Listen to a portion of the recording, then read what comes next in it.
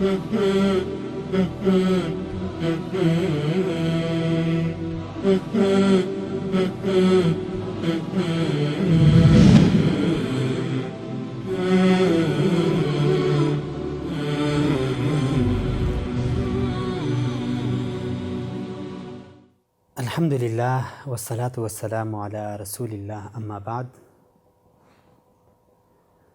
کتب احادیث میں ایک معروف و مشہور حدیث جو کہ حدیث جبریل کے نام سے جانی جاتی ہے، اس حدیث کے بارے میں مختصر میں یہ بتاؤں گا کہ حضرت جبرائیل امین علیہ الصلاۃ والسلام رسول اکرم صلی اللہ علیہ وسلم کے پاس ایک صحابی کی شکل میں آتے ہیں۔ آپ صلی اللہ علیہ وسلم مسجد میں تشریف فرما ہوتے ہیں۔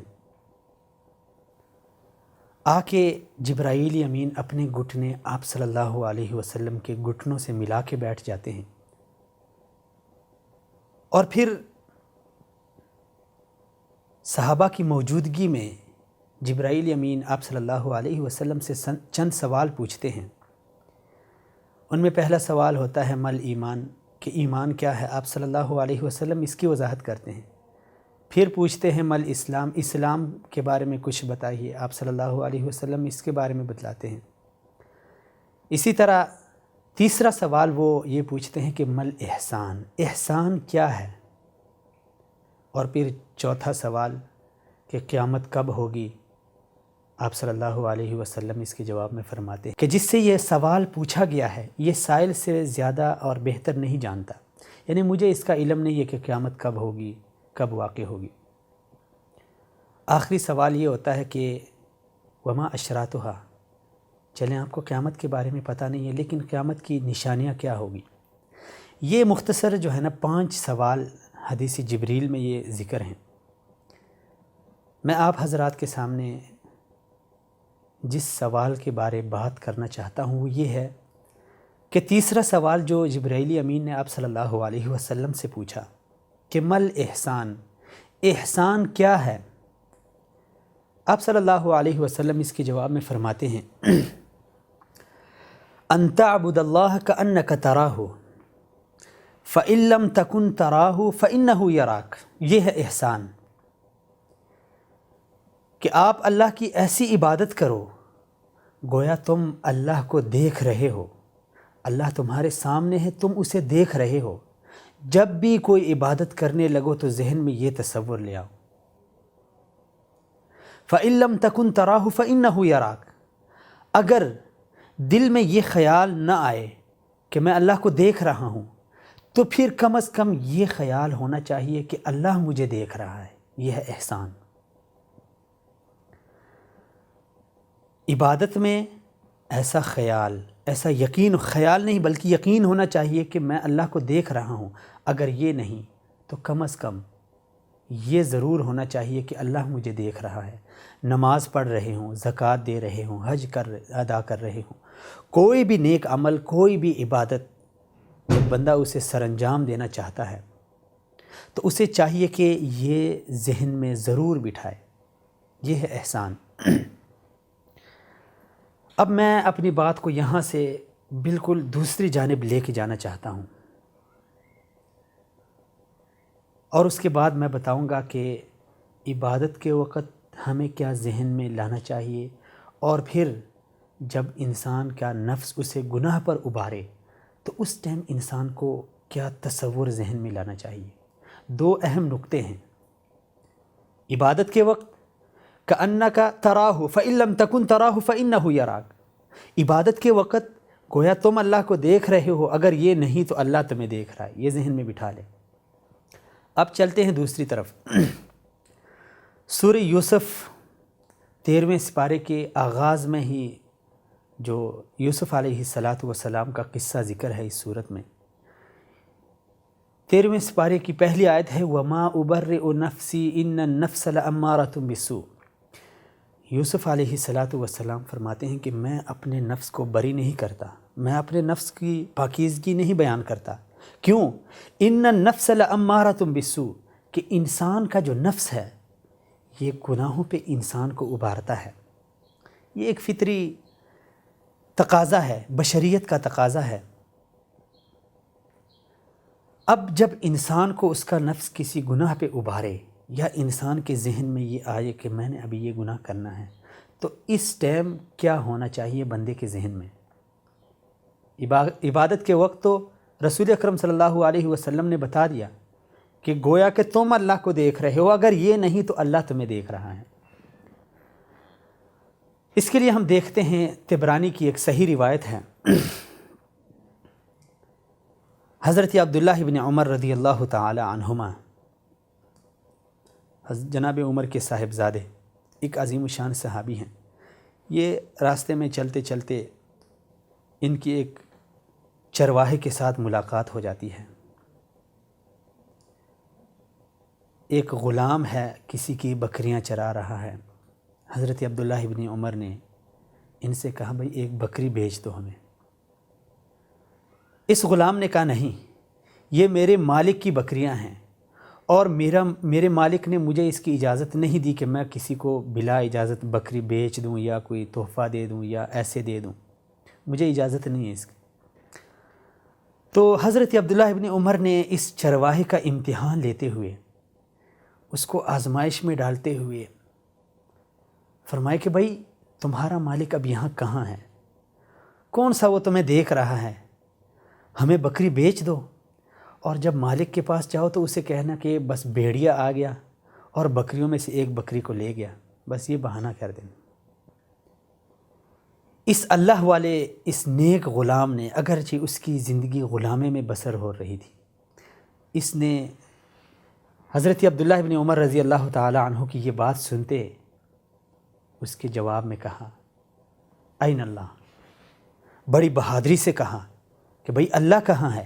ٹھیک ہے میرا مالک نہیں ہے اس ٹائم، لیکن مجھے یہ بتاؤ اللہ کہاں ہے؟ جب یہ بات سنی تو حضرت ابن عمر رضی اللہ تعالی عنہما بالکل خاموش ہو گئے۔ بعض روایات میں آتا ہے کہ وہ اتنے روئے، یعنی جو غلام تھا اس کی خدا خوفی اور اس کے اس تقوی پہ یہ اتنے روئے حضرت عبداللہ ابن عمر کہ ان کو بہت عجیب سا محسوس ہونے لگا کہ دیکھیں ایک غلام ہے اور مالک بھی اس ٹائم نہیں ہے، لیکن اس کے دل میں اللہ کا کتنا خوف ہے۔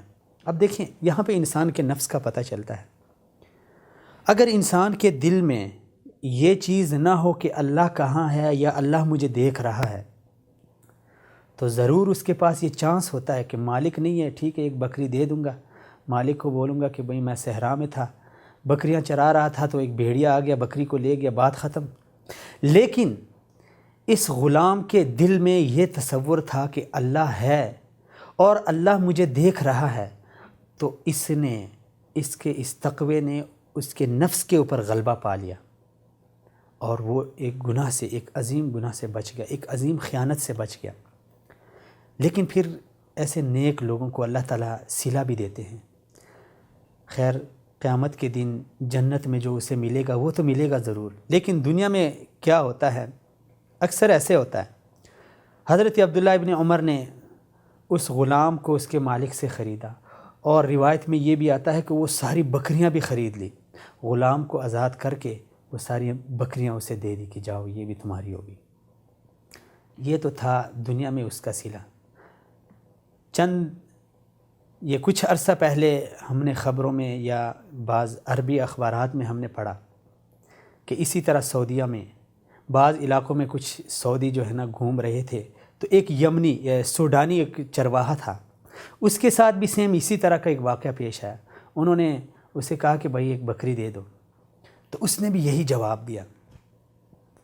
پھر اللہ رب العزت نے اسے بھی ایسا بدلہ دیا کہ اس کو ایک سعودی خیراتی ادارے نے اس کو لاکھوں ریال میں انعام دے دیا۔ انعام کیا تھا؟ انعام تو اسے اللہ نے دینا ہے، لیکن اس کی اس خدا خوفی پر اللہ تعالیٰ جو صلہ دنیا میں دیتا ہے وہ بھی بے مثال ہوتا ہے۔ اور پھر سوڈان کے سفارت خانے نے اس کو اتنا نوازا کہ کہیں ایک چرواہا تھا تو وہ کچھ ہی عرصے میں اس کی زندگی پلٹ گئی۔ میرا جو بات کہنے کا اور یہ روایت اور واقعہ سنانے کا مقصد ہے وہ یہ ہے کہ بے شک انسان بشر ہے، اس سے گناہ ہوتا ہے، لیکن جب انسان کا نفس اسے گناہ پہ ابارے تو اس ٹائم انسان کے دل میں یہ تصور ہونا چاہیے کہ اللہ ہے اور اللہ مجھے دیکھ رہا ہے۔ یقیناً اگر انسان کے دل میں یہ تصور آئے گا تو وہ اپنے نفس کے اوپر غلبہ پا لے گا اور گناہ سے بچ جائے گا۔ یہ تو تھا حضرت عبداللہ ابن عمر رضی اللہ تعالیٰ عنہ کا ایک مختصر قصہ اور ایک مختصر واقعہ جو اس چرواہے نے ہمیں ایک سبق سکھلایا۔ اب قیامت تک اس چرواہے کو لوگ دعائیں دیں گے، اس کے اس سبق سے جو لوگ سبق سیکھیں گے اسے بھی ایک صدقہ جاریہ ملتا رہے گا۔ حضرت عبداللہ ابن عمر رضی اللہ تعالیٰ عنہ کی والد گرامی خلیفہ دوم سیدنا عمر فاروق رضی اللہ تعالیٰ عنہ، ان کے ساتھ بھی اسی طرح کے ایک واقعہ پیش آیا جو مشہور و معروف ہے، کتب احادیث میں بھی ہے، تاریخ کی کتابوں میں بھی ہیں، کہ یہ عادل حکمران جب مدینہ میں رعایا کی خبرگیری کے لیے رات کو گشت کر رہے تھے، اتنے میں ایک گھر سے ان کا گزر ہوا، حضرت عمر بن خطاب رضی اللہ تعالیٰ عنہ کا۔ گھر کے سامنے سے یہ گزر رہے تھے تو اندر سے ماں بیٹی کے مکالمے کی آواز آئی، آپس میں باتیں کر رہی تھی، اور باتیں کچھ یوں تھی کہ جیسے ہی یہ گیٹ سے گزر رہے تھے تو اتنے میں اس گھر والی نے اپنی بیٹی سے کہا کہ بیٹی تم جو ہے نا دودھ میں پانی ملا دو، کیونکہ دودھ بیچنا ہے ہم نے، تو اس میں پانی ملا دیں گے تو تھوڑے سے پیسے زیادہ آئیں گے۔ جب ماں کی بات بیٹی نے سن لی تو بیٹی نے اپنی ماں سے کہا کہ ماں، امیر المؤمنین نے ہمیں اس قبیح اور اس گناہ کے کام سے منع کیا ہے کہ بھائی تم نے ایسا کام نہیں کرنا، دھوکہ نہیں دینا، دودھ میں پانی نہیں ملانا۔ تو جب یہ باتیں ہو رہی تھی تو حضرت عمر رک گئے، یہاں پہ رک گئے۔ تو اتنے میں ماں نے بیٹی کو جواباً کہا کہ حضرت عمر کہاں پہ ہیں؟ خلیفہ ابھی کہاں پہ؟ ابھی اپنے شاہی دربار میں سوئے ہوں گے یا آرام کر رہے ہوں گے، وہ ہمیں کون سے دیکھ رہے ہیں؟ تو اس نیک بیٹی نے آگے جواب میں اپنی ماں سے کہا کہ ماں، اگر حضرت عمر ہمیں نہیں دیکھ رہے تو عمر کا رب تو ہمیں دیکھ رہا ہے۔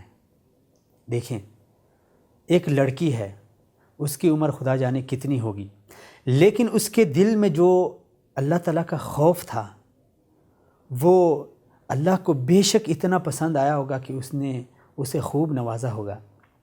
لیکن اس خدا خوفی پہ بھی حضرت عمر رضی اللہ تعالیٰ عنہ نے اسے اس لڑکی کو اپنے گھر میں اس کی شادی کرا دی، اس کو اپنی بہو بنا لیا۔ تو جو صلہ اللہ رب العزت دیں گے اس کے بارے میں تو ہم تصور نہیں کر سکتے، لیکن جو دنیا میں انسان کو صلہ ملتا ہے یقیناً وہ بھی ایک ہماری سمجھ سے بالاتر ہوتا ہے۔ کہیں سے ایک چرواہا جو غلام ہوتا ہے اسے آزادی ملتی ہے، ساتھ میں اتنی بکریاں ملتی ہے، کہیں ایک سوڈانی چرواہا جو ایک چرواہے سے اٹھ کے ایک کروڑپتی بن جاتا ہے، کہیں ایک غریب خاتون کی لڑکی وہ امیر المؤمنین کے گھر چلی جاتی۔ اب یہ دیکھیں، دنیا کا جو اجر ہے اور دنیا کی قدر و قیمت یہ کچھ بھی نہیں ہے، لیکن یہی چیز جب انسان کے دل میں آئے گی، آج ہم اپنے نفس پہ چھوٹی چھوٹی باتوں پہ قابو رکھ لیں گے تو کل ایک ہمارا نفس ہمیں کسی بڑے گناہ پہ ابارے گا، تو پھر اس وقت ہمارے لیے آسانی ہوگی کہ ہم اپنے نفس کو قابو کر لیں اور اس گناہ سے خود کو بچا لیں۔ تو باتیں دو ہیں، نیکی یا عبادت، نیک کام کرتے ہوئے بھی رسول اکرم صلی اللہ علیہ وسلم کی وہ حدیث جو آپ صلی اللہ علیہ وسلم نے حضرت جبرائیل سے فرمایا تھا، ان تعبد اللہ کأنک تراہ، عبادت کرو تو ایسے کرو کہ تم اللہ کو دیکھ رہے ہو۔ اگر یہ نہیں تو کم از کم یہ ہونا چاہیے کہ اللہ مجھے دیکھ رہا ہے۔ عبادت کے وقت بھی یہ ذہن میں ہونا چاہیے، واللہ اگر یہ ذہن میں انسان کے آ جائے، نماز پڑھتے ہوئے سکون ملتا ہے، زکوٰۃ دیتے ہوئے انسان کے دل میں خوف ہوتا ہے، وہ پھر ملاوٹ نہیں کرتا۔ حج کے دوران اگر اللہ تعالیٰ یہ انسان کے ذہن میں یہ تصور آ جائے تو اس کی عبادت میں ایک مزہ ہوتا ہے، جو اس کا سکون ہوتا ہے، جو اس عبادت کا فلسفہ ہوتا ہے وہ ملتا ہے۔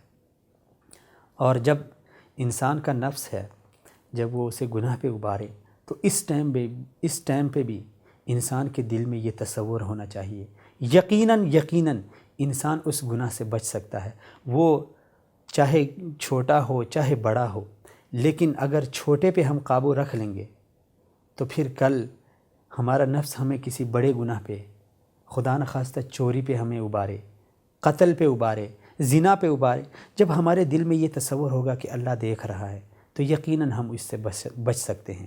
اللہ تعالیٰ عمل کی توفیق دے دے۔ السلام علیکم ورحمۃ اللہ وبرکاتہ۔